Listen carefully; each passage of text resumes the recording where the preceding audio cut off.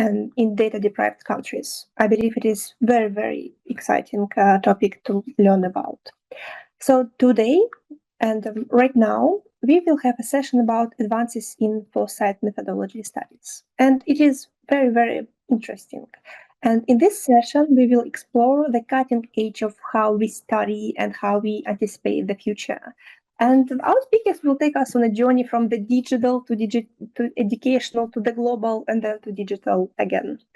We will begin with the power of AI, examining a multi-agent platform designed to automate foresight analytics, iFora. We will then see how these methodologies are applied to a national scale with a deep dive into China's future school initiatives.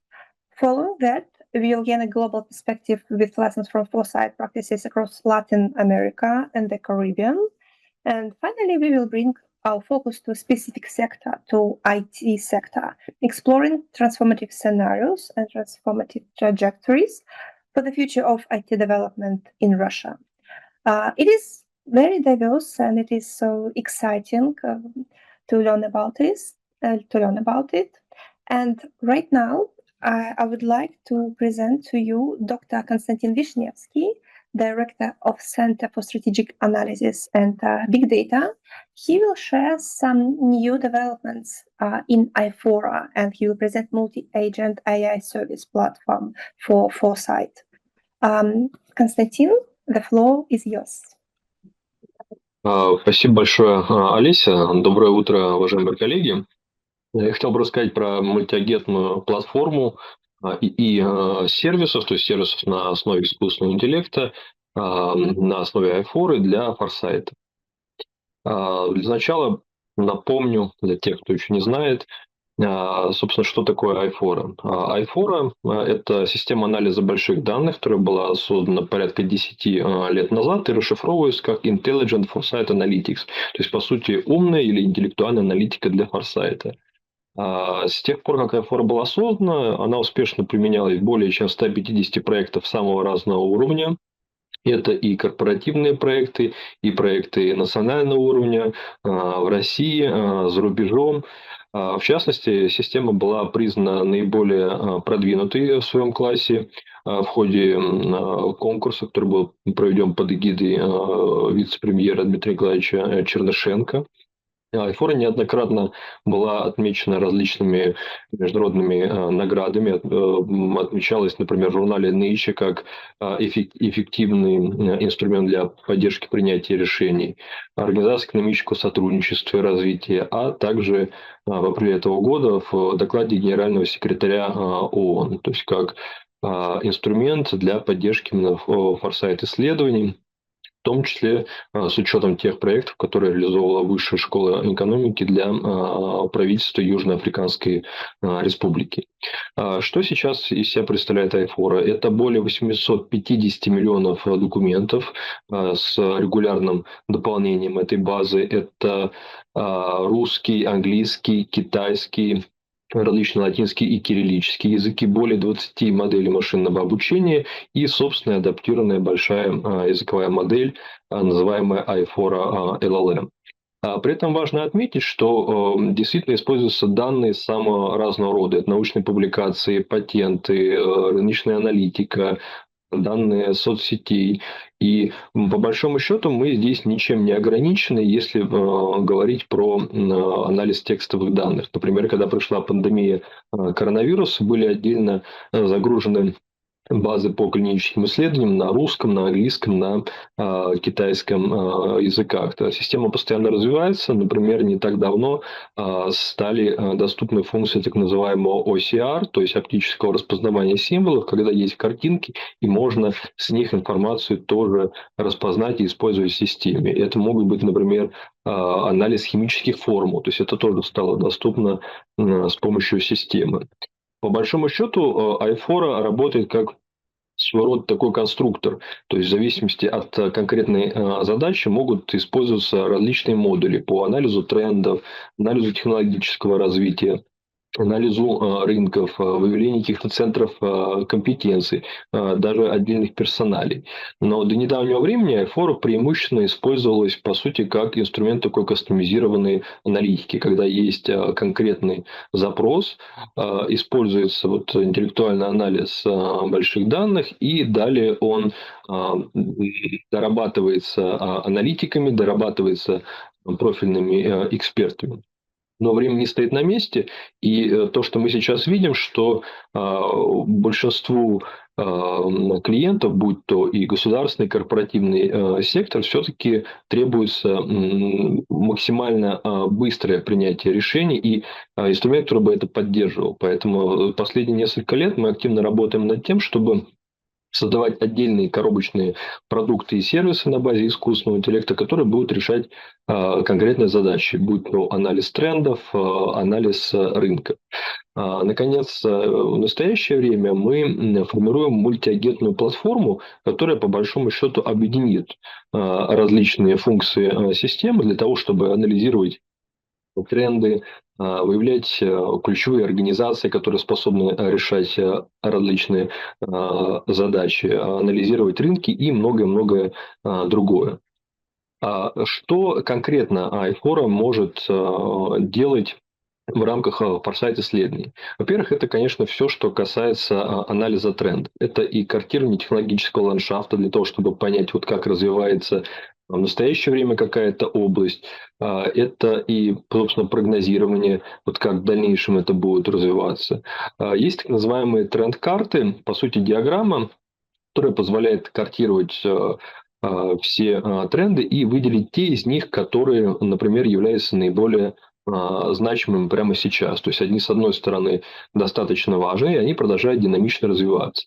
Также с помощью системы можно выделять, например, только возникающие, зарождающиеся направления. И здесь есть, на самом деле, целый ряд таких интересных историй успеха. Например, где-то лет 8 назад с помощью айфора были выделены такие перспективные направления, как перовскиты в энергетике.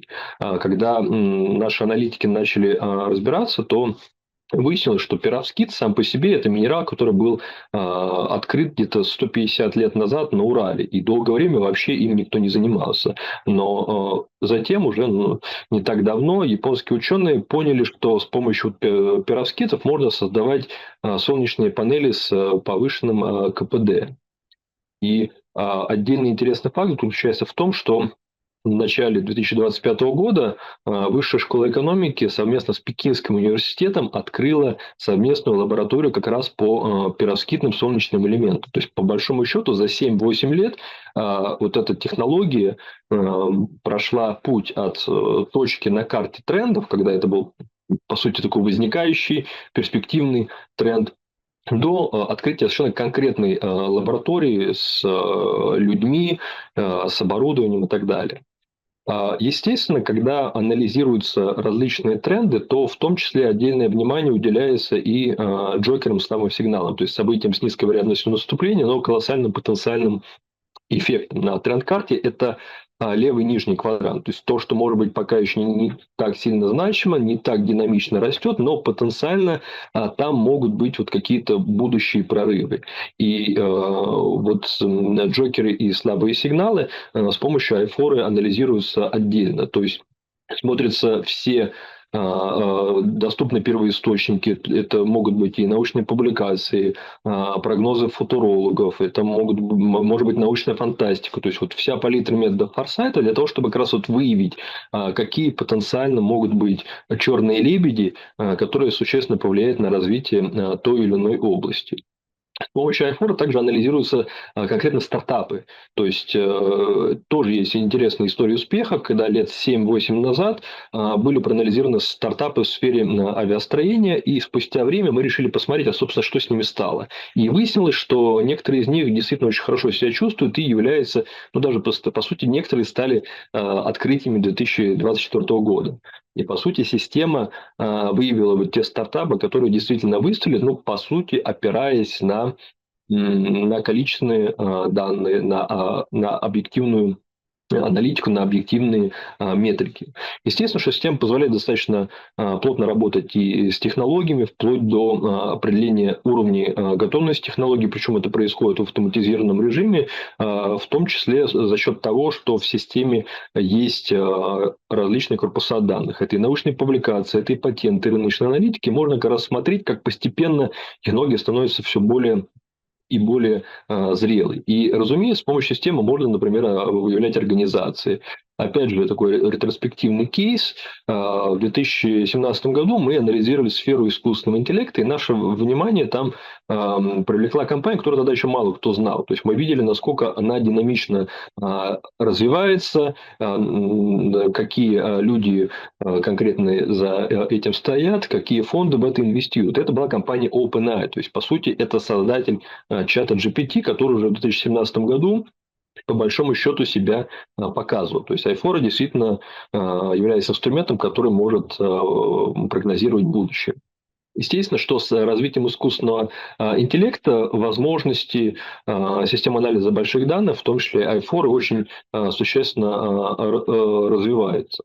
Поэтому сейчас то, что мы делаем, это создание мультиагентной платформы продуктов и сервисов. Мы понимаем, что один из ключевых запросов сейчас это своего рода такая демократизация технологий искусственного интеллекта. То есть, если еще несколько лет назад люди были готовы осваивать сложные инструментарии каких-то программ, которые позволяют анализировать информацию, то сейчас все нужно максимально просто.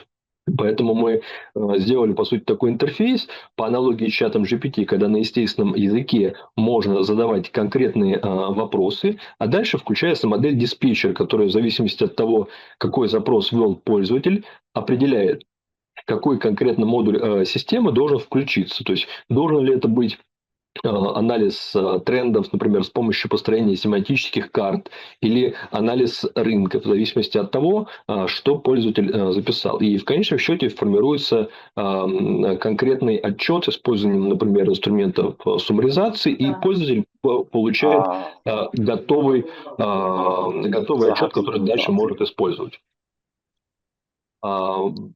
Поэтому, по большому счету, мы переходим от того, что есть конкретный запрос, например, оцени стратегические перспективы выхода на рынок для конкретной технологии с учетом рыночных трендов и конкретного ландшафта. Can you please turn off your microphone? И с учетом этого модель диспетчера отрабатывает и выделяет конкретный модуль, который будет здесь работать, будь то модуль по анализам трендов, организации и так далее. И в конечном счете все это компонуется в единый сводный документ. При этом мы понимаем, что для многих организаций действительно важно в том числе и иметь так называемые коробочные on-prem решения, когда используются данные только во внутреннем контуре организации, они не перетекают вовне. Здесь приведены примеры двух таких проектов. Это так называемый iFora ассистент по анализу технологических трендов, когда мы вводим конкретный запрос, исходя из него показываются конкретные тренды, которые есть в данной области, организации, центры компетенций и конкретной персонали, которые обладают заделами в данной конкретной области. И доступны также конкретные первоисточники, будь то, например, научные публикации или патенты. То есть мы можем таким образом пройти всю цепочку от того, что является трендом, до конкретного первоисточника. Справа приведен другой кейс, когда анализируются именно документы рыночной аналитики. То есть нам важно, например, понять перспективы развития того или иного рынка. Задается вопрос на естественном языке, то есть, например, просьба оценить перспективы такого-то рынка, опираясь на доступные источники информации. И так как в iFora собрана очень большая коллекция именно полнотекстовых документов, в том числе рыночных обзоров, происходит ответ на вопрос не галлюцинирующий. То есть, в отличие от, например, чата GPT, когда, по сути, пылесосится весь интернет, в данном конкретном кейсе используются только доверенные источники информации. И, наконец, еще один кейс – это Это так называемый рекомендательный сервис. То есть, когда, например, необходимо выделить различные драйверы, барьеры, это тоже можно сделать с помощью системы и компонентов мультиагентной платформы. Или, например, когда важно оценить в целом отношение общества к искусственному интеллекту. То есть, видит ли в этом больше угрозу, больше возможностей. Это тоже, по сути, отдельные модули системы, которые позволяют такого рода выводы делать. И в настоящее время, по сути, все это комбинируется в сложную мультиагентную платформу, доступ к которой будет осуществляться через облачную инфраструктуру. Поэтому, начиная уже с 2026 года, Айфора будет представлять из себя такую, по сути, триумвират. С одной стороны, это комплексная экспресс и углубленная аналитика. С другой стороны, это конкретные коробочные продукты и сервисы с использованием искусственного интеллекта, позволяющие решать различные задачи для форсайта, для конкретной организации, то есть чтобы не утекали вовне какие-то конфиденциальные данные. И, наконец, это облачная платформа, которая имеет доступ к широким кругу пользователей. На этом хотел бы сказать спасибо за внимание. Буду рад ответить на вопросы. Yes, thank you so much. Dear colleagues, can you please turn off your microphones? Yes, it is important, so we will hear our speakers clearly. Yes, is it possible? Dear organizers, Anna Gennadievna. Oh, thank you so much. So, Kostya, thank you so much. It's always a pleasure to hear and learn more about iFora and some new features that you created. And for me, I'm always curious about how iFora can distinguish important data, important signals about the future, like finding about OpenAI. It is fascinating, and also distinguish from noise, some hypes, some information that may be not very realistic or very relevant to the current or future situation. So how do you choose the perfect information for the tasks that you have? Да, спасибо большое за вопрос. Здесь ответ состоит, наверное, из нескольких компонентов. Во-первых, это, собственно, состав базы данных, которая лежит в составе айфоры, потому что это научные публикации, это патенты, это рыночная аналитика, причем все эти документы верифицированные, то есть очищенные от мусора. И в целом ряде исследований мы, например, по сути, берем только фронтирные тематики. То есть, если брать научные публикации, это первый, второй квартал. То есть, мы сразу отсекаем, по сути, такие хищнические журналы и тому подобное. Относительно патентов, то есть, тоже мы собираем данные, мы очищаем данные. То есть, таким образом, первый компонент – это очень такая тщательная работа с данными, потому что есть отдельные специалисты, которые достаточно хорошо понимают и тематику библиометрии, и тематики патентов. Второе – это, конечно, алгоритмы, потому что в айфоре сейчас работает более 20 моделей машинного обучения, каждая из которых заточена на решение конкретной задачи. То есть, в отличие от, например, популярных нейросетей, которые в основном используют конкретно одну большую модель, универсальную, которая должна решать все. Но очевидно, что это маловероятно. Под конкретные задачи надо подбирать наиболее релевантные инструменты. Например, мы используем такой подход, как RAG. Это Retrieval Augmented Generation. Генерация с дополненной выборкой. Это позволяет нам использовать большую языковую модель дозированно. То есть, она обращается не ко всему массиву информации, доступной в интернете, а к конкретным первоисточникам достоверным, которые мы ей указали. Таким образом, она строит свой ответ, исходя из источников, которым мы доверяем. По сути, такая комбинация, начиная от работы источников и заканчивая алгоритмами, плюс дополняя все это валидацией, например, профильными экспертами в каких-то областях, с учетом того, что мы, например, регулярно ведем исследования по всем областям науки и технологий, у нас по каждому из направлений есть профильные эксперты, которые здесь могут подсказать и дать какую-то обратную связь, если что-то идет не так. по сути, такой триумвират, источники, алгоритмы, валидация экспертами позволяет действительно считать прогнозы айфоры в высокой степени достоверными и обоснованными. Yeah, actually, I had kind of a similar question about importance of experts when they work with IFORA, how they can be used and how it affects a job of a foresight practitioner. So thank you for answering my question in advance. And we have a question by Petra Slitaba in our group chat. What type of patents databases do you have? A problem observed that because the patents are territorial, you need access to various country databases in order to have complete trends of technological development for a specific country. So can you please answer question about patents? Да, спасибо большое. По большому счету в айфору загружены данные всех возможных патентных офисов. То есть это и российские патенты, это и USPTO, это и европейский патентный офис, и японский. То есть по большому счету все ключевые патентные офисы здесь включены в айфору. И мы все это синтезируем, понимаем, что действительно данные могут отличаться, но мы их все комбинируем.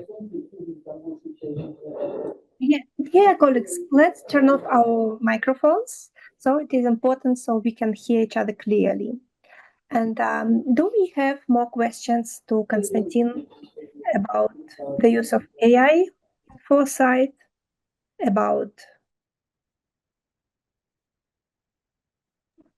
And also, I have one more question about how communication with policy makers are affected by the use of AI agents. Are they skeptical? Are they curious? So how do you present the results of IFORA and how you turn them in some suggestions for policymakers?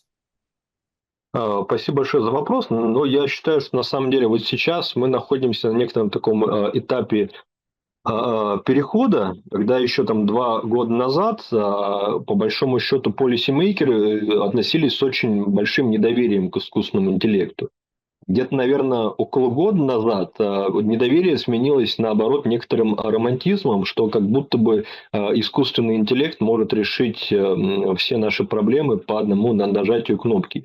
А сейчас, как я вижу, скорее мы переходим к более такому взвешенному подходу, то есть пониманием, что искусственный интеллект – это прежде всего система поддержки принятия управленческих решений, но, естественно, очень мало где пока еще доступны системы на базе искусственного интеллекта, которые по нажатию кнопки решают все существующие проблемы в данной области и интегрируются в систему принятия решений. Все равно должен быть субъект, который и несет ответственность за принимаемые решения. Потому что, по сути, искусственный интеллект до сих пор это некоторое такое, хоть и обоснованное, но второе мнение, которое говорит о том, что вот есть такая гипотеза с высокой долей вероятности, что это будет таким образом. Но дальше уже человек, опираясь на эти данные, должен принимать окончательное решение. И я думаю, что на ближайшие несколько лет все будет именно так. Konstantin, thank you so much. And I suggest that we move on to the next presenter. And I want to introduce to you Zhengxin Yu from Chanyang University. He will present a research that was conducted by him and Professor Yuhua Bu from East China Normal University. This research explores China's long-term educational policymaking, the integration of digital intelligence, and this provides some concrete case studies from Shanghai that showcase a comprehensive roadmap for the schools of tomorrow. So, dear Jinchen, the floor is yours. Hi, Olisa. Yeah. Oh, now okay. We see your presentation. Thank you. Okay. Thanks, Onea. I'm Jinsen Yu from Jiangnan Normal University. My supervisor, Bu Yuhua, which is from East China Normal University in Shanghai. Today she's on another conference. She cannot to take part in. Let me in charge of her to show our presentation. Our topic is about the globalization, educational futures, regional practice, and foresight in China's future school initiatives. It will go on 4 parts. First, we want to talk about the educational policy foresight in China. As we can see, since the dawn of the new millennium, the Chinese government has adopted the foresight approaches to planning and preparing for the future, setting some goals and wins through 5 years, 10 years, and 15 years time frames. The most policy is very important.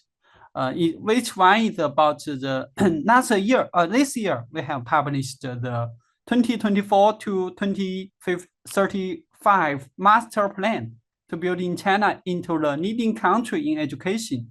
Next year, in education, we will also publish the 15th 5-year plan for the development of national education. Through this educational policy, where we can find there are 5 future trends. First is focused on the intelligent, digital. Sorry, we only see a first slide. First slide. Only first slide we see right now. Maybe you can show us, but you're probably showing another one. Why I can share it now? Only the first one? Yes, only the first one for now. Now, can you show the second one? No. Can you help me to show it? Maybe. Yeah, sure. Can you stop showing it, and then I will run it for you. Wait a moment. Let me check it. Sorry. Are you on the 4th slide? Am I right? Yeah. Okay. Now there are 4 future trends. As we know, the first is intelligent, digital, and network. The second is the interdiscipline and project-based learning, also the core competence. The third is the science education and academic education. Also, we focus on the school integrated with the community and harmonies with the nature. Also, we focus on the high cost of the school construction. Next slide. Next slide. Yes, next. Yeah, do you see it? I moved to another slide. Yes. Yes. Now we want to talk about the intelligent age and futures education. As we know, we can see the picture, the roadmap for development of educational information in China. It have go through 4 steps. The first is computer education and popularization innovative. Then we focus on the education cloud. After that, our government focus on the internet and education. Also, now we focus on AI plus education. Yes, next. Please, next slide. Yes. Yeah, it's a little delay, sorry. Okay. Now the Shanghai also focus on the digital translation. You can see the slide, the PowerPoint. It has 8 steps. They focus on the establishing digital foundation for education and advancing new structure in education. Also, it construct a comprehensive enhance in digital literacy for teachers and students. Also, it focus on innovative models for educational resource development. It not only about the data-driven comprehensive evaluation, also focus on the business process engineering's one-stop online service.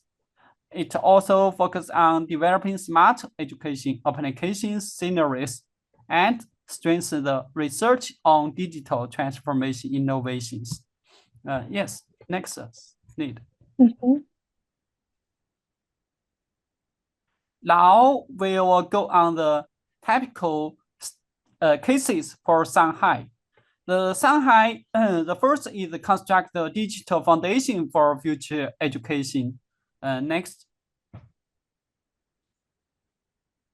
It have five parts. The first is the data center, another is the application center and the international things of center. Also the organization center and notification centers. Next.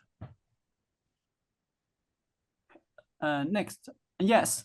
You can see the data center is about the data service capabilities, which is this is the school, is the school in Changning in Shanghai. It has two parts. The first part is the education information operation system. Another is the building in education scenario applications. Yes. Next. Maybe go to the four part. Go to the four part. Maybe this case I skip it. 14? Yeah. Next. Next, the four parts. The four parts. Go to the four parts. Yeah, because this case is similar to that one. I think we can go to the yes.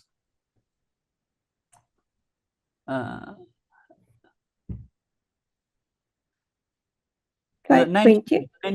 19. Yes. Now I want to talk about what our team do the research progress. Yeah, go to 20. We have do some progress in four parts. The first is theoretical framework. We established the ecological integration theory for future school development. First, we broke in theoretical core from school transformation to ecological reconstruction. Firstly, we have the concept from the future studies anticipatory future is introduced and an analytical perspective, achieving a paradigm shift in school reform theory, translation form from an adaptive transformation. Now we talk about the future school is more so about present oriented. Now we focus on the future oriented. This clarify that the fundamental mission of future school is to cultivate future creators or future makers capable of the proactivity shaping futures, shaping tomorrows. Also, as the real Mail said, use the future. Yes, next. The 21. Yes, we also have create the innovation in analytic framework, the four quadrants model for future school. And you can see we based on the future study methodology. An original four quadrant analytic model had been constructed with the dimension of development, orientation, and innovation focus. This model simplifies strategic choice for future school into four quadrants. The Andros foundations, external expansion, and integration, and technology empowered humanistic care. It provides the robots theoretical framework and analytical tool for understanding and creating diversity of future school models, which fundamentally avoid the pitfall of uniformity. Yes, next.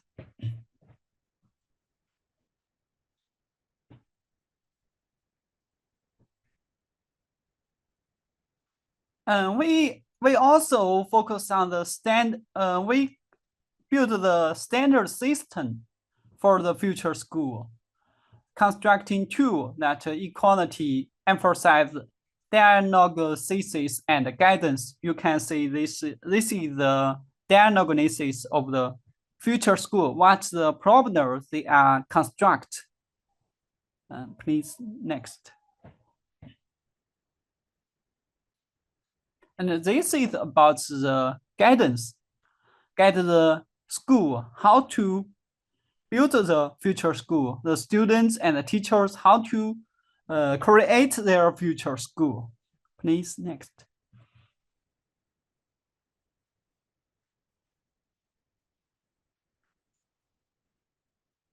So we also develop a dual-layer toolkit system to support the school's continuous reform and future innovations, like the as I just say, the school development assessment form, and also the future school looking forward-looking development framework and indicator systems.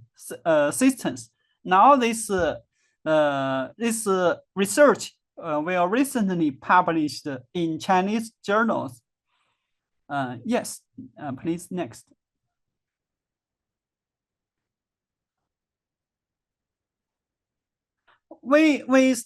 Our team study not only about the theoretical framework, we also do some practice research.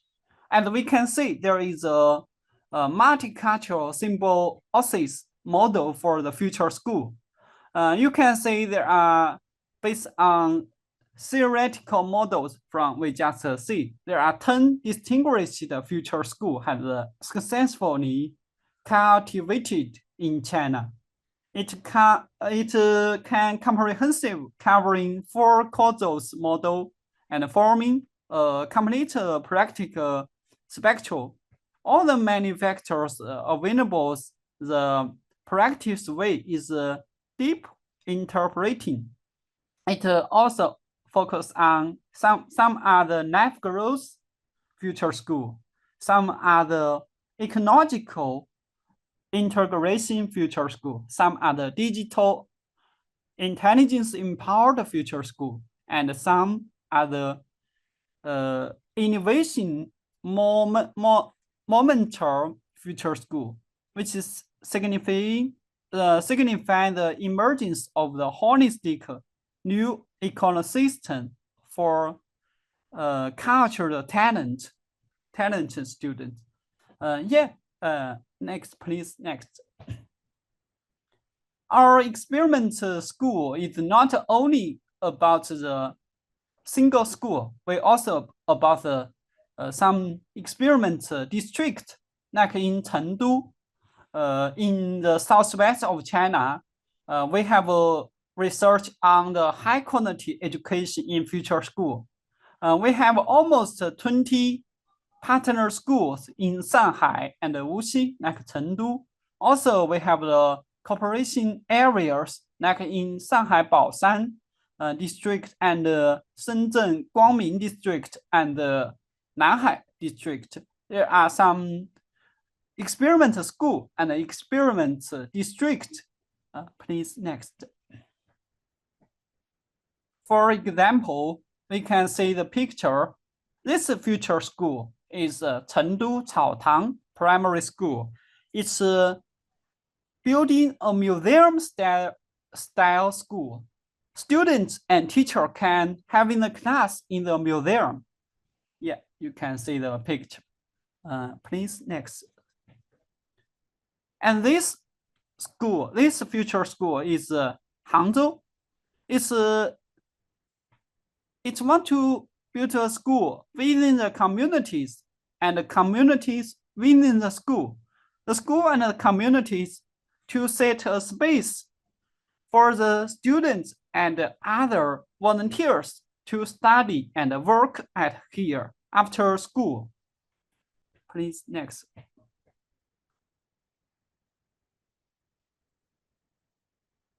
And this is Shanghai New World Experiment Primary School. This uses technology empower student learning and assessment. please next. And this another is about high school in Shanghai. It's to cultivating eco gardens. You can see the picture. The students to do some research on in their school. There are some experiments on the field. Also, they have the labs for the eco labs. Yes, please next slide.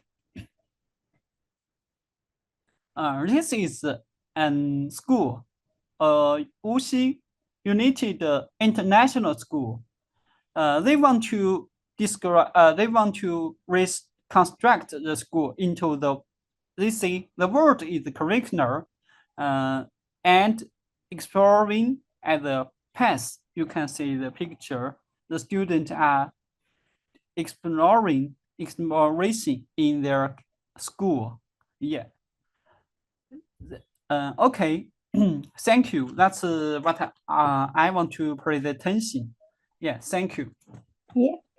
Thank you so much. So, dear colleagues, what questions do you have for Jinshen?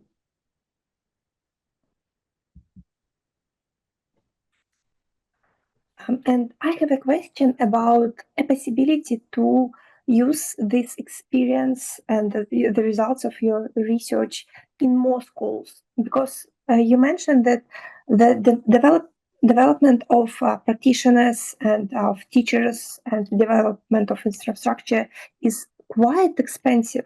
So how some of these results can be implemented in other places, maybe with less money than it is right now? Yes.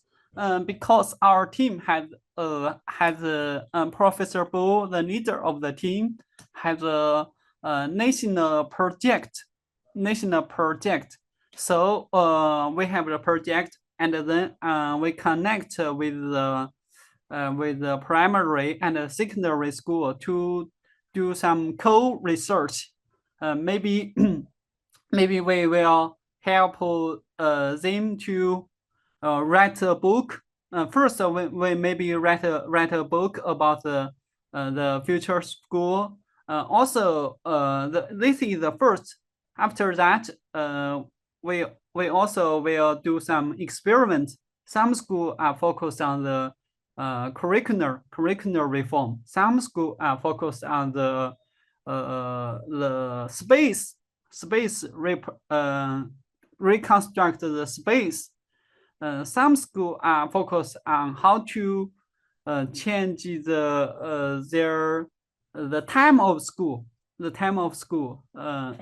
Also, some school want to maybe use the technology in the school, because as in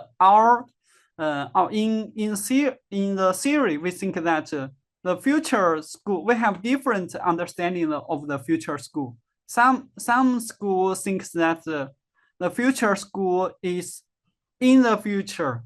It's not real, not real.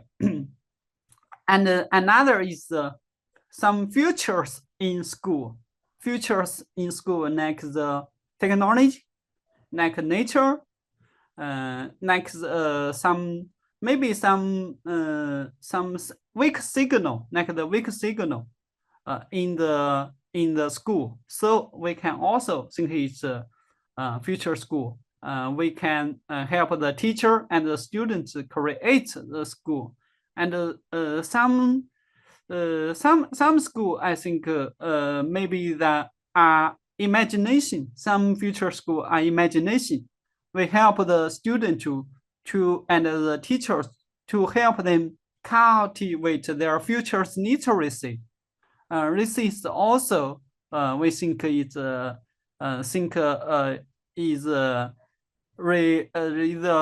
creates a future school. So there are many cooperation ways to connect with the school, the primary school. So there are many ways to to discuss or to practice with the primary and the secondary school. Yes. Zhengzhen, thank you so much. Do we have more questions for Zhengzhen? Thank you so much. A primary school that is kind of as a museum, that looks as a museum, is very, very impressive. Thank you for sharing. And so let me introduce to you Daniil Yatskin, who will tell you about transformative trajectories in IT. Daniil works in HEC University at our Форсайт Center. Daniil, the floor is yours. Да, здравствуйте, коллеги. Сейчас я расшарю свой экран, и мы понесемся вперед в увлекательное путешествие. Так, все же видно? Прекрасно, даже листается. Yes. Да, прекрасно. Все, соответственно, чего? Я расскажу про наш большой проект, который мы делали при поддержке Яндекса. Вот у нас он прям такой очень большой, масштабный, и мы весь год какие-то новые моменты, которые можем про него рассказать. Мы там его опубликовали в июле, и постоянно находятся какие-то вот, значит, события, в рамках которых мы рассказываем про него, и в каком-то новом ключе. Вот, буквально вчера было там большое мероприятие под эгидой Минцифры и тоже при поддержке Яндекса в Национальном центре России, где мы обсуждали с ведущими экспертами по искусственному интеллекту, по интернету вещей, по робототехнике. Вот как раз что-то, что мы, как бы, выводы, которые мы сделали в рамках этого проекта. Значит, про что был сам проект? У нас была задача исследовать сценарии развития IT, в общем-то, в России, но мы там отчасти затронули. Если говорить в контексте траектории, про которую я сегодня рассказываю, с методологической точки зрения, то это что-то более такое глобальное. Ну, поскольку IT, в принципе, носит такой весьма глобальный характер. Значит, чтобы выявить сценарий, изначально как бы не существует в вакууме, нам нужен был какой-то вот фрейм. Для этого мы исследовали сначала, в принципе, технологический ландшафт технологический ландшафт IT, вот, собственно, в России. Мы выделили 7 направлений ключевых, в них там их, так сказать, структурировали, декомпозировали, там было там 61 поднаправление, там, ключевые технологии, все это там исследовали, описали, поняли, что вот хотим рассуждать про какие-то изменения в рамках то есть как бы весь IT мы разбили на 7 основных направлений. Вот. И также для сценариев нужны факторы. Вот у нас была, значит, система факторов, которую мы сделали. Там она состоит из 55 факторов, из которых 33 универсальные, которые годятся вообще для всего, таких достаточно глобальные, и 22 уникальных, которые важны для каких-то конкретных направлений. Для других они или менее важны, или не важны совершенно. Вот. На базе этих факторов мы строили как раз уже и сценарии, и траектории. Значит, ландшафт нашей исследования, мы там провели очень много кабинетной аналитики, проанализировали больше 1000 источников, 42 интервью, у нас там определенные сессии были, в рамках которых мы обсуждали эти вопросы, и мы соответственно, нашли какое-то зерно истины, сейчас я с вами не поделюсь. Значит, вот они 7 направлений основных, которые мы выделили. Они связаны, соответственно, с искусственным интеллектом и его приложениями. И, как выяснилось, в принципе, нет такого понятия, как рынок искусственного интеллекта, поскольку он очень сильно, очень большие интегративные свойства имеет, поэтому у нас как бы и решение здесь больше представлено. Вот. Интернет вещей, кибербезопасность, высокопроизводительные вычисления во всех их проявлениях, то есть это и кластеры, и какие-то краевые вычисления граничные, кто как их называет, и квантовые, и даже, в принципе, какая-то обработка транзакций, то есть высоконагруженные, собственно, программные комплексы, для которых нужны вычисления. Робототехника и, в принципе, какие-то производственные технологии, как 3D-печать и так далее, и технологии пользовательского опыта, что-то такое, что, как выяснилось, в итоге наименее зависит от факторов, и там, в общем, довольно уникальное направление, поэтому оно было выделено отдельно, как раз в разрезе сценариев траектории. И то, что не поместилось в остальные направления, мы засунули в информационные системы и приложения. Здесь как бы крупнейшие блоки — это стратегические информационные сервисы, системы поддержки функционирования бизнеса, какие-то продукты для коммуникации и системы для умных городов и и прочее, и прочее. Вот. Здесь есть что-то, что как бы не попало в скоп рассмотрения, например, здесь, но это, как правило, какие-то довольно инфраструктурные вещи, такие как, например, сетевые технологии, которые мы рассматриваем как инфраструктуру для поддержки каких-то других технологий. Ну, вот мы как бы такую парадигму выбрали. Вот, соответственно, проанализировали много факторов, это много не буду останавливаться, 55 факторов, все оценили, там у нас они все количественные, соответственно, оценены или циферка, если есть циферка, или по пятибалльной шкале экспертными методами, если есть такая шкала, соответственно, оценили, было оценено их значение вот это вот, и значимость или влияние на каждое направление, ну и, соответственно, как интегральная оценка значимости была проведена. То есть, чтобы понять вообще, на базе чего мы, если это не важно, мы это не будем сильно рассматривать там, для сценариев или для траектории.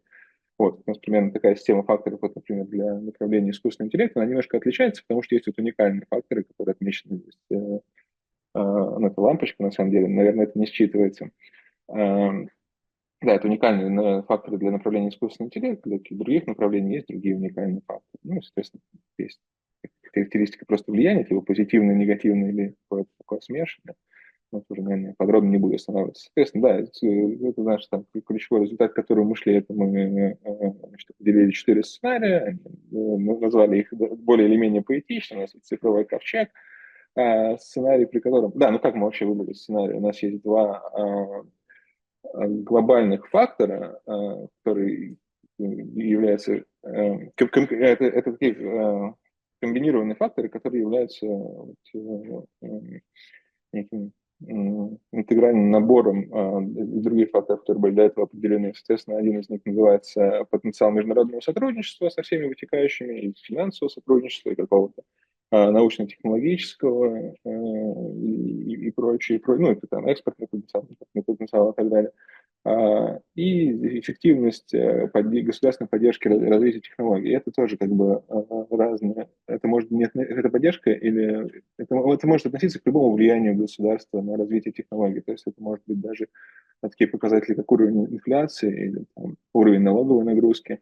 Ну, соответственно, ну и прямые какие-то меры по поддержке технологий, не обязательно монетарные, это могут быть регуляторные или какие-то еще. Вот. И тут, соответственно, встает вопрос такой довольно философский, что такое эффективная и неэффективная поддержка. И здесь как бы ответ был дан такой, что для каждой технологии или группы технологий эффективность, вернее, эффективные меры будут своими.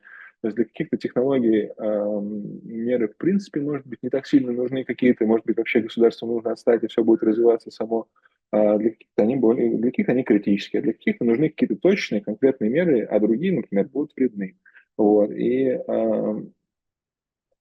получается, поскольку этот фактор носит такую относительную характеристику, да, то есть где-то меры эффективны, где-то нет, то есть сценарии, которые от него зависят, получается, что разные технологии могут быть находиться в разных сценариях, поскольку для одних технологий эта государственная поддержка эффективна, для других нет. Соответственно, вот мы взяли эти два глобальных фактора, и они могут принимать там высокие и низкие значения, но если упрощенно, там, чуть сложнее системы, ну, упростим так.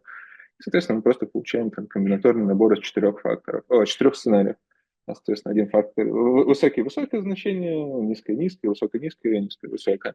Соответственно, вот мы их более-менее поэтично назвали. У нас есть цифровой ковчег, это сценарий, при котором у нас два сценария, при котором мы находимся в относительно международной изоляции. Соответственно, если государственная поддержка эффективна, хороша, и мы каким-то образом развиваемся, движемся вперед, как некий ковчег, то, соответственно, это цифровой ковчег, и мы гордо называем себя так. Если поддержка недостаточно эффективна, то здесь выступают некие изоляционные эффекты, генерируется отставание, и, в общем, и можно рассуждать о каких-то как печальных эффектах, так и, может быть, какие-то группы технологий, наоборот, не то чтобы расцветают, но неплохо себя чувствуют в этом сценарии. Ну, какие-то даже хорошо. И самый позитивный сценарий, при котором все хорошо, ну, то есть, опять же, когда мы говорим о высокий потенциал международного сотрудничества, это на самом деле не про высокий, а не про то, что все неожиданно стало хорошо, а про некую тенденцию, да, про некое движение, то есть, что все это, что этот потенциал растет, то мы движемся в сторону там, по потеплению. Соответственно, при растущем потенциале и эффективной государственной поддержке у нас такой самый позитивный сценарий, на самом деле там наиболее интересный сценарий, как ни странно, четвертый, поскольку здесь рынки открыты, но, ну, или там движутся в сторону открытости, но как будто бы эффективность государственной поддержки низкая, но при том, что большому количеству технологий в принципе не нужна государственная поддержка, здесь вот, мы назвали его дарвинизмом, здесь происходит некое такое свободное развитие. Это прям вот свободный рынок какой-то, в котором многие технологии развиваются даже лучше, чем при каких-то конкретных мерах поддержки. Вот, соответственно, вот мы все 4 сценария там исследовали, и тут, не знаю, наверное, подробно не буду останавливаться, просто здесь, соответственно, 4 сценария, там можно потом посмотреть на презентацию, мы подумали, как каждое из этих направлений будет чувствовать себя в каждом сценарии, сделали какие-то выводы для себя, что там, какие-то направления пользовательского опыта, например, в принципе не зависит от этих сценариев, точнее, не очень сильно зависит от этих сценариев, но при этом для них важным фактором является, например, не какая-то там технологическая зависимость или независимость и государственная поддержка, а количество пользователей, ну, и, там, возможные охваты. Естественно, он зависит в основном от одного из этих факторов, от другого мало зависит. Вот. Какие-то технологии, там, связанные с кибербезопасностью, например, они, наоборот, там, они обретают какое-то национальное значение, и у них там очень сильно фокусируются в изоляционных каких-то сценариях. Технологии робототехники, например, очень по-разному себя чувствуют во всех 4 сценариях, поскольку они сильно зависят от компонентной базы, от каких-то точечных вариантов поддержки, и, соответственно, просто они развиваются по очень разным сценариям, да. Что ты еще скажешь? Ну, соответственно, про это можно очень долго разговаривать, но у меня всего 15 минут, соответственно, хотелось бы рассказать про траекторию. Это вот, соответственно, сессия отчасти связана с методологией, как я услышал, и, соответственно, мы придумали такой более или менее интересный методологический инструмент, который назвали траекторией. Значит, что он из себя представляет? Траекторию мы исследовали в рамках каждого технологического направления, и это более или менее глобальный взгляд на то, как это направление может развиваться. Глобальный в смысле, что сценарии, они для России, вот это там, международное сотрудничество, оно там для России с какими-то международным сообществом. Здесь мы смотрим на саму технологию, так как она может развиваться, какими направлениями, в зависимости от каких-то факторов. Мы старались сделать эти факторы как можно более глобальными, но насколько это возможно, мы это сделали. Вот здесь, соответственно, было очень важно как раз, какие факторы имеют наибольшее значение или вес для вот соответствующих направлений. Мы взяли эти факторы и на них, как на осях, построили вот линии. Это как бы у нас такое было фазовое состояние. Сейчас я перейду быстренько на следующий слайд, и потом вернусь. Значит, у нас есть некая изначальная точка, и из нее мы можем двигаться по каким-то определенным траекториям вот в фазовой плоскости из этих 2 факторов, которые мы сформулировали. Соответственно, здесь это там траектория для направления кибербезопасности, здесь факторами являются уровень киберугроз, соответственно, по отношению к возможностям защиты от них, и уровень доступности квантовых технологий. Здесь, вот, например, в этой траектории есть такие достаточно серьезные предпосылки. То есть предполагается, что с появлением доступного квантового компьютера придется пересматривать всю вообще криптографическую парадигму, скорее всего, потому что стандартные криптографические алгоритмы, они достаточно легко ломаются квантовым компьютером. То есть они основаны на неких представлениях о том, что их сложно сломать из классического способа вычисления, и просто это, ну, если вычислять перебором всех вариантов, условно говоря, то это достаточно долго. Квантовый компьютер, он действует на других совершенно принципах, и у него он по-другому воспринимает сложные задачи, и, соответственно, вот это вот представление о сложности этих алгоритмов, RSA и ИСИЭЗ, например, эллиптических кривых, они не... Ну, в общем, они просто сломаются этим компьютером. И, соответственно, отсюда возникает как бы 2 мысли, соответственно. Во-первых, что нам нужно готовиться к этому, и должны быть какие-то криптографические алгоритмы, которые устойчивы к вот квантовым атакам. Это называется постквантовая криптография. И что мы можем, в принципе, использовать квантовые технологии для какого-то построения других, альтернативных, не то что криптографических, ну, можно сказать, да, альтернативных криптографических принципов, там немного сложнее, но давайте пока для упрощения говорить так, иначе не успеем. Вот, и, соответственно, можем использовать вот квантовые технологии для того, чтобы обеспечить, наоборот, себе какой-то там другой уровень безопасности. Вот, и, соответственно, сейчас мы находимся в некой вот это вот, значит, черной точки, и мы можем двигаться в разные стороны. И тут, значит, особенность в чем, что те алгоритмы, которые мы придумываем для защиты от квантовой угрозы, поскольку у нас сейчас нет квантового компьютера, который на нас нападает активно, они немножко фэнтезийные, мы не знаем, сработают они или нет. Потому что когда злоумышленникам этот компьютер попадет в руки, они как бы разберутся уже, как атаковать, не обязательно тем способом, каким мы придумали сами себе. Вот. И, соответственно, вот мы рассматриваем какие-то базовые там, варианты развития событий. В частности, вот у нас есть Джокер, который мы называем квантовой угрозой. Почему я сказал, технология, не знаю, траектория. Здесь мы просто алгоритмы постквантовые проваливаются, и мы движемся куда-то в какую-то страшную сторону. При том, что мы можем садиться в эту траекторию, если что-то изменится. Просто мы обозначаем это как возможное направление, о котором стоит думать. Это не какие-то ультимативные, там только 3 варианта есть и все.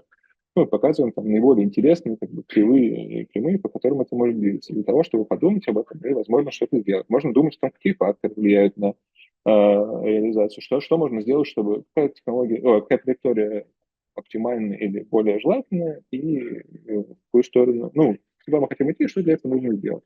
Соответственно, это траектория, при которой мы сначала не понимаем, что делать, а потом постепенно разбираемся и уходим в сторону безопасности. И есть какая-то траектория, в которой мы сразу применяем уже квантовые алгоритмы скорее, и, в общем-то, это обеспечивает нам определенный уровень безопасности уже сразу. То есть мы уходим в безопасную сторону.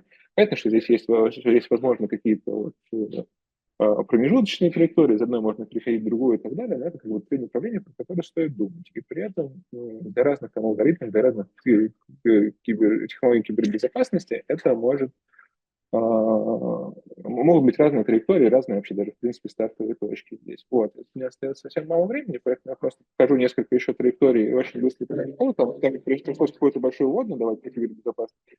Это там основная траектория для направления искусственного интеллекта. Здесь мы рассматривали как один из важных факторов уровень регулирования. И, соответственно, мы говорим о том, что какие-то технологии, в принципе, точнее, все технологии могут развиваться без регулирования, но для каких-то это опасно, а для каких-то это может быть более-менее безопасно. Но, соответственно, тогда развитие будет более быстрым, да.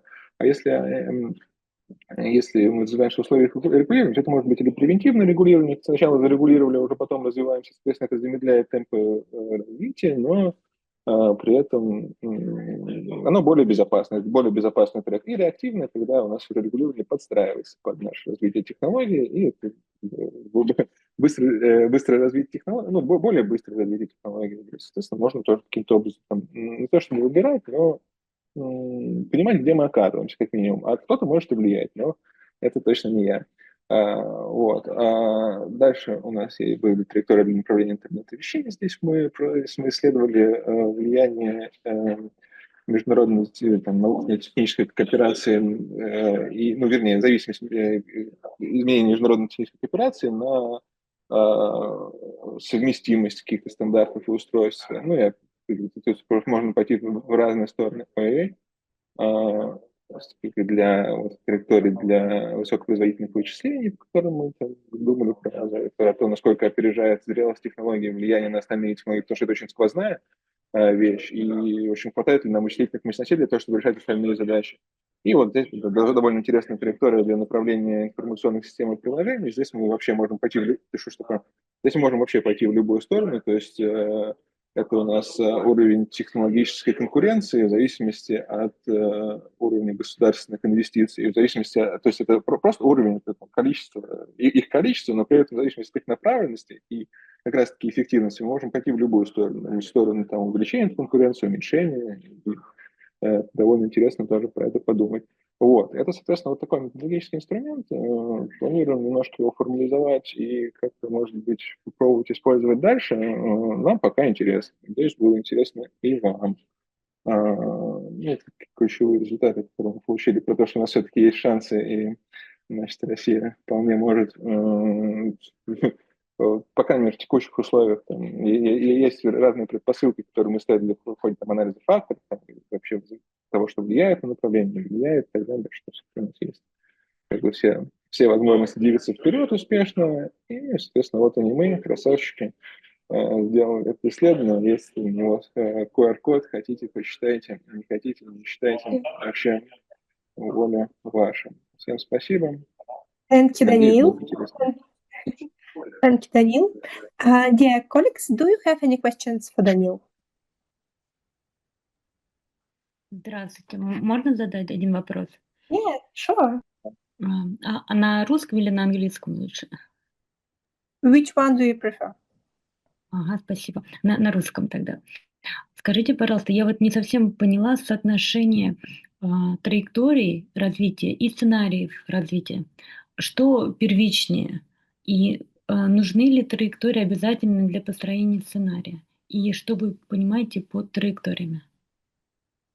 Спасибо. Да, смотрите, траектории, сценарии носят, как бы базовый сценарий носит глобальный характер, и они, справедливы или существуют для всех, что ли, технологий, и то есть это как бы реалии, в которых мы живем. И это некая полная система, то есть вот мы выбрали два фактора, да, глобальных, и мы рассматриваем все возможные варианты комбинации этих факторов. Траектория – это более локальная вещь, но она позволяет посмотреть на более как бы… То есть тут мы смотрим на развитие всего IT там, в рамках вот этих сценариев 4, которые представляют себе полную систему событий, получается. А траектории, они как бы в рамках конкретных, вот в нашем случае в рамках конкретных направлений, то есть то, что важно для этих направлений. Например, для искусственного интеллекта мы рассматриваем вопросы регулирования. Важны ли вопросы регулирования для, не знаю, пользовательского опыта? Да как будто бы нет. То есть там эти траектории неинтересно просто строить. Тут мы берем самые интересные факторы на более мелких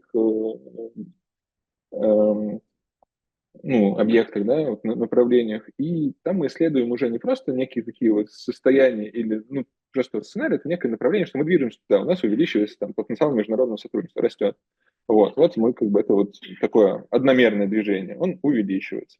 Когда мы смотрим на траекторию, здесь мы можем смотреть на первые производные, на вторые, насколько увеличивается, какой фактор быстрее увеличивается, какой медленный, как посчитать первую производную, на вторую, какие-то изгибы, и думать о том, как на это повлиять. То есть на сценарий мы скорее, мы можем повлиять меньше, потому что не совсем от нас с вами зависит потенциал международного сотрудничества. Эффективность господдержки чуть в большей степени зависит, но все-таки это что-то, что такое, как дождь, оно происходит с нами, вот мы находимся в этом. На траектории мы больше можем влиять, и поэтому про них интереснее думать. То есть чем меньше масштаб того, что мы исследуем, тем больше мы можем на это влиять. Как будто бы логика была такая. Надеюсь, я на вопрос ответил, но тут я просто могу часа 3 про это говорить, и не уверен, что понятно, что нет. Спасибо. Thank you, Daniil. Let's move on to Rafael Popper's presentation, and then we will be able to come back to more questions. So, dear Rafael, thank you for joining us. I get that you have not a lot of time, so you are welcome. The floor is yours. Share us some lessons from the Caribbean. Yeah, the floor is yours. Yes, can you hear me? Excellent. Yes. Thank you for the kind invitation. I will share my screen now. Mm-hmm. Yeah, we see your screen. Thank you very much. Yeah, so today I brought to you a short presentation. It's very challenging to describe the wide-ranging advances that we have been conducting in the field of foresight methodologies in the last decade or so, and also lessons from Latin America and the Caribbean in 15 minutes, right? So I will give you a flavor of some of this progress. The presentation is structured around 4 building blocks. First, a very short and sharp introduction of the case of Latin America and the Caribbean, the foresight evolution.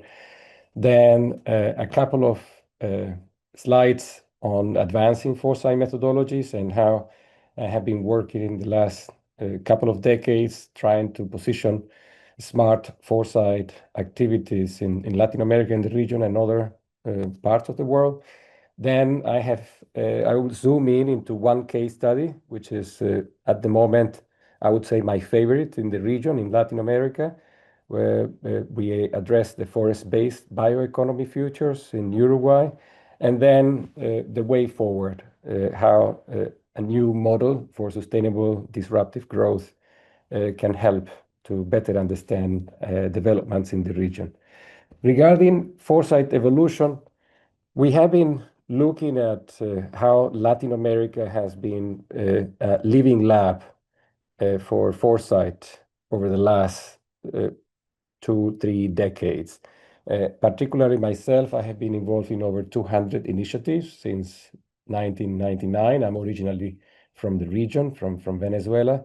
And the region has shown sustained work in many countries. You will see how disruptions have transformed as well the way foresight practice has been evolving in the region, but you can see regional depth. There is a broad reach in the activities, many countries from Argentina all the way to the north, through Central America, Panama, and Mexico, and the top have been using foresight. There have been a wide range of capacity building. I have personally been involved in more than 20 plus universities and different type of institutes in the region, embedding foresight into higher education and public organizations. And in governance and regulation, there have been many advisory support. At the moment, I am consultant for ECLAC, is the Economic Commission for Latin America and the Caribbean, and I'm just coming back from Peru. This week on Tuesday I was, and in 2 weeks' time, or less than 2 weeks, I'll be back in the region in Chile, giving advice again to ECLAC and to different international organizations that have helped to accumulate a wide range of expertise in foresight.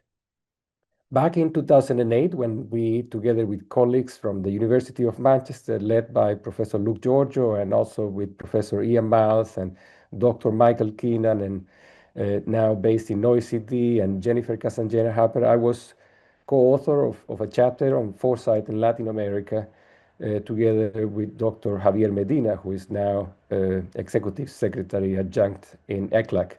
And we did diagnosis and analysis of Latin America development, and we concluded that it is, or it was already back then, a living lab for foresight with different degrees of development. So that study revealed the diversity of regional futures landscape. Many countries back then, they were already adapting and innovating foresight. Brazil, Colombia, Mexico, and Venezuela back then were the leading front, embedding futures thinking within policy processes and universities. And there were some countries, quite a few, learning and imitating others. Chile, Peru, Uruguay was at that stage, at that level, with Bolivia, Panama, and Paraguay. They have been prioritizing different type of activities, promoting networks and gradually building capacity.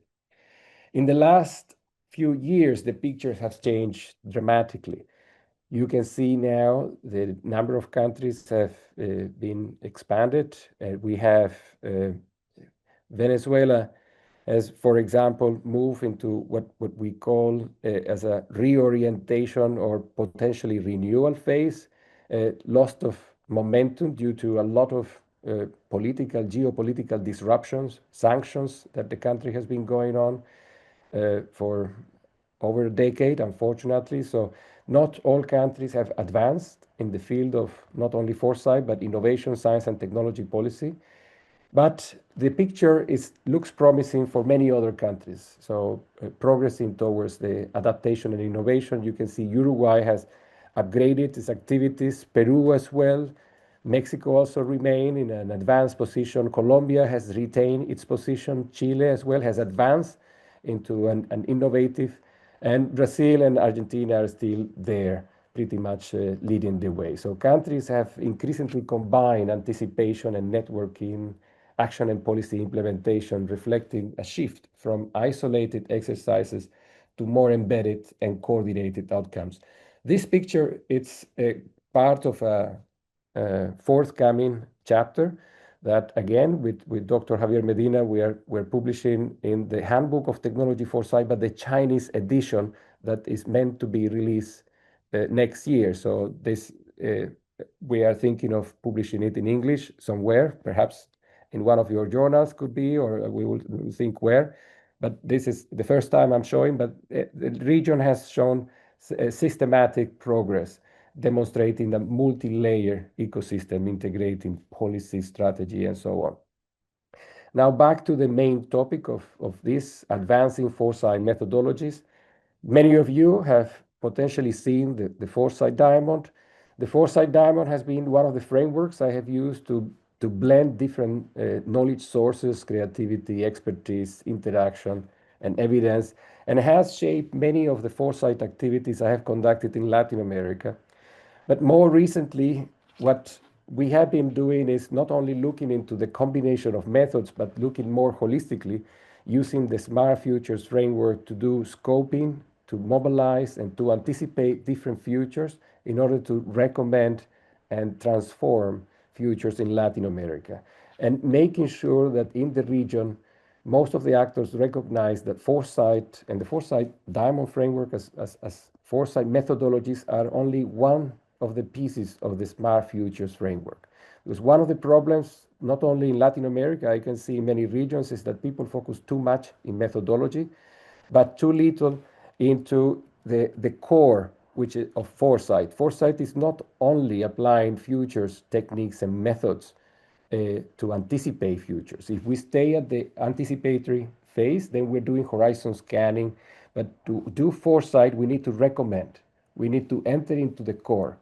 And we need to recommend actions to transform. And that's the heart of foresight. And this is something that, unfortunately, not in many world regions people are taking seriously. Some beautiful reports with scenarios have been prepared and disseminated, but with little emphasis on recommendations and advice.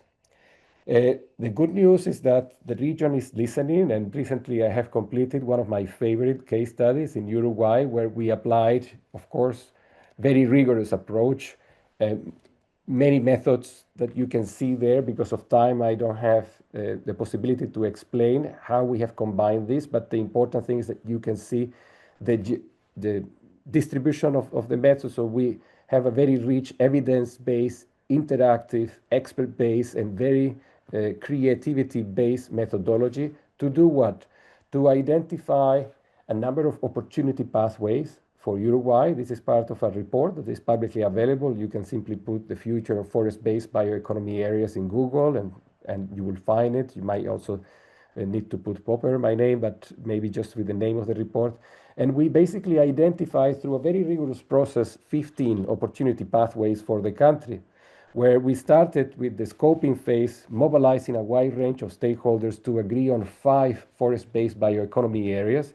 We identified more than 300 critical issues in the mobilizing phase, where we jointly co-created a number of critical and policy issues and opportunity areas, looking into where, following the money, where investments are, open databases like Factiva data analysis to understand the industry focus, and mapping the global value networks, global actors working in bioeconomy, and from these, who are the important stakeholders shaping the future of bioeconomy in Uruguay. To do what?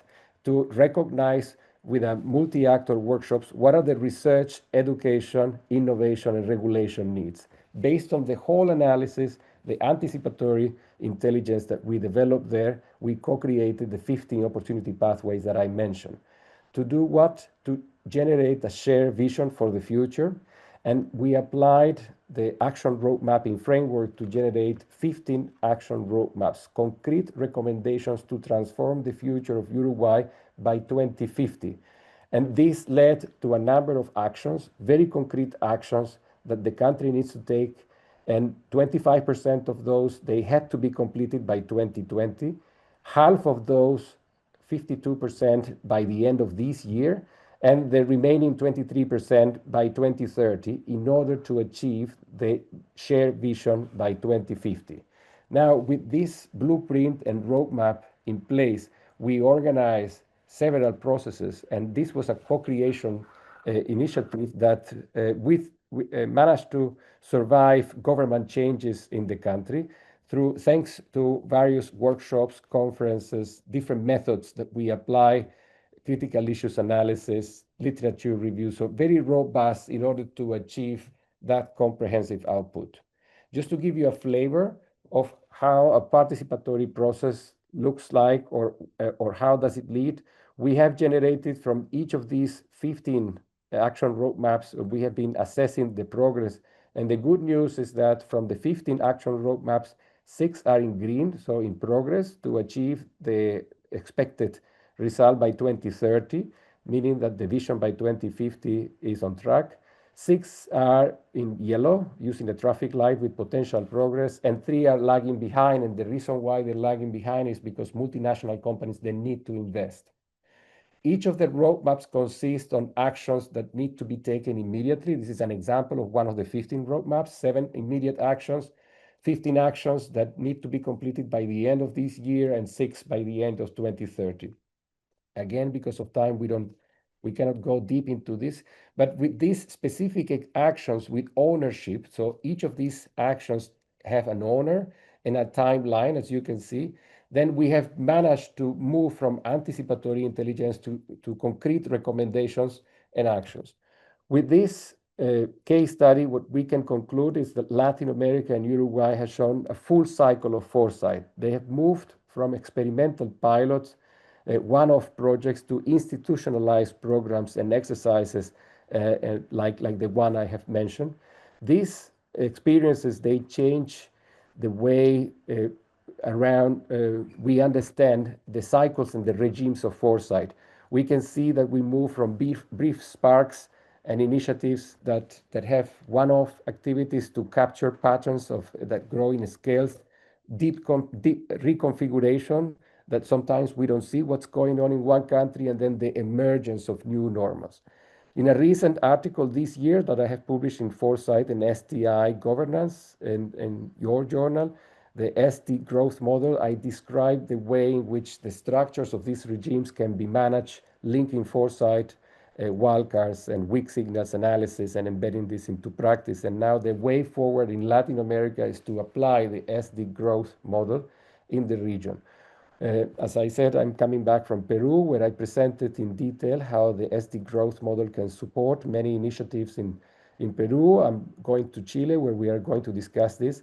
The SD growth model, you can learn more by scanning the QR code or downloading the paper.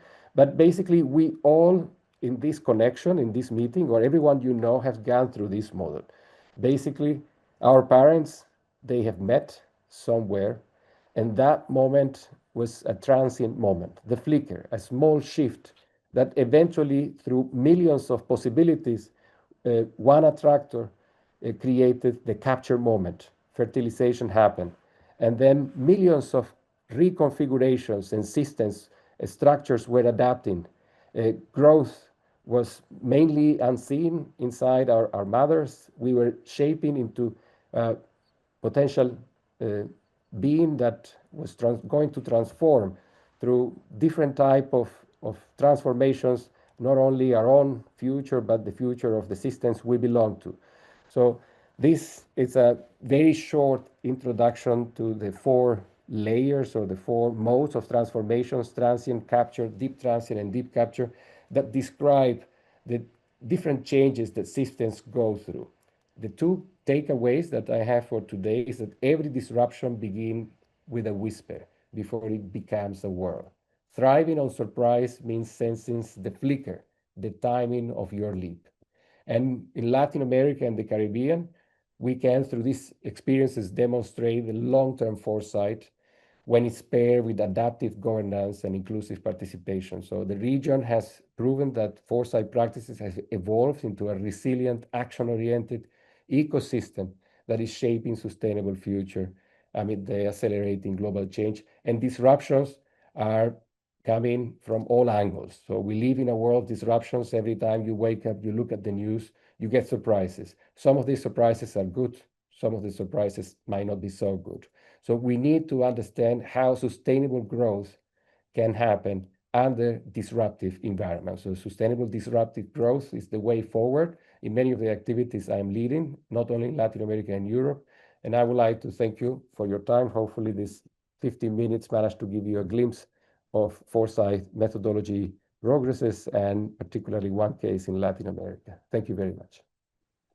Thank you, Rafael. Even if it's just a glimpse, it is so very impressive. Thank you so much. So, dear colleagues, do you have any questions for Rafael? You can raise your hand. You can write it in the chat. And I have a question, because you see your case from Uruguay is so very impressive. because I know that create actionable plan is very complicated and it requires a participation of a lot of different stakeholders. And the fact that 6 out of 15 roadmaps are moving at a good pace, it's great. So maybe you can suggest some ideas, some success factors that can help effectively engage stakeholders in the process of implementation of recommendations that were created during foresight process. Yes, actually, the reason why this case is my favorite is because it's a true example of participatory foresight and co-creation. Because quite surprisingly, we had a disruption by the time we were finishing the project. We printed more than 2,000 copies of the report that you can download online, and we were supposed to organize a large conference to disseminate and show the results. But what happened is that there was a government change. New president arrived, and they canceled the large-scale conference where we were supposed to present the results. Of course, I was not very happy at the moment because I had all the copies with me sitting in Finland, and they were supposed to be distributed in Uruguay. And I had to understand that the new government had new priorities, and because the report was considered as a result of the previous government, then the event was canceled. To my, not surprise, but to my, actually, I would say it was unexpected in a way, with a little bit of disbelief. So it was, I knew that something was going to happen because this process was really co-created. So the owners of the whole results, the 15 roadmaps, were not only the clients that were receiving it, but the actors who participated in it. And then they said, don't worry, we don't have the event, but everybody was involved in the co-creation, so we know what to do. So the universities, the industry players, the SMEs, the unions, the quadruple helix, as we call, other government actors, other industry actors, academia, and civil society organized, they knew their homework. They knew the actions because each action had an ownership. And then we continue implementing it as planned. Of course, without the government support, immediate government support, it was not going to be that easy because we were expecting not only the launching event to promote the roadmaps, but also to think and co-create the next phase. Well, that didn't happen from the top management, but the owners of each of the results, because they are the ultimate beneficiaries that are going to be transformed, they continue the implementation as much as they could of some of the roadmaps. This is why 6 are still in green. So we are on track to achieve the vision by 2050 by completing all the actions by 2030. So we have 5 years to complete. And 5 are in yellow.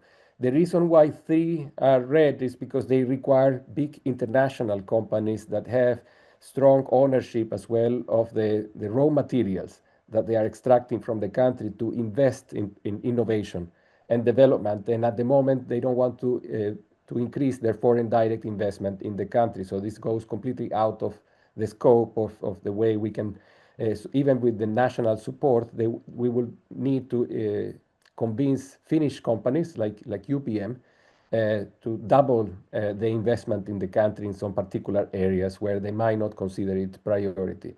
So the secret to success is to co-create every single roadmap and action with the end users and the beneficiaries. So even if the report is not disseminated in printing or in a public activity, people get access to the blueprint, to the actions they need to conduct in order to achieve their futures. Because ultimately we did the project for them. I'm not from Uruguay, right? So I was a consultant, if you want to call it, or the leader of the project. And I was, of course, helping like the director of an orchestra to achieve that symphony. But if the symphony it's co-created, people can play it again, perhaps without the need of the director of the symphony. If it's codified in a report, at least electronically, and they know how this report was produced, then that remains a menu that it can be followed. So I think that commitment in the co-creation, and then of course you need to have local leaders who believe in the vision. So I have a strong team And in a couple of weeks, I will continue working with the Universidad Tecnológica de Uruguay, the technology university, where we have plans to organize a similar process, but in the energy sector, to look at the future of energy and renewable energy in the country. So there is interest in organizing this type of co-creation processes because they can see that the ownership is passed on to them. And that's the secret. Yeah, that's awesome. Thank you, Rafael. Any questions? Then let me ask one last question about SD growth model, because you see, you explain different stages, and if I remember correctly, the first one is the flicker stage or the whisper stage.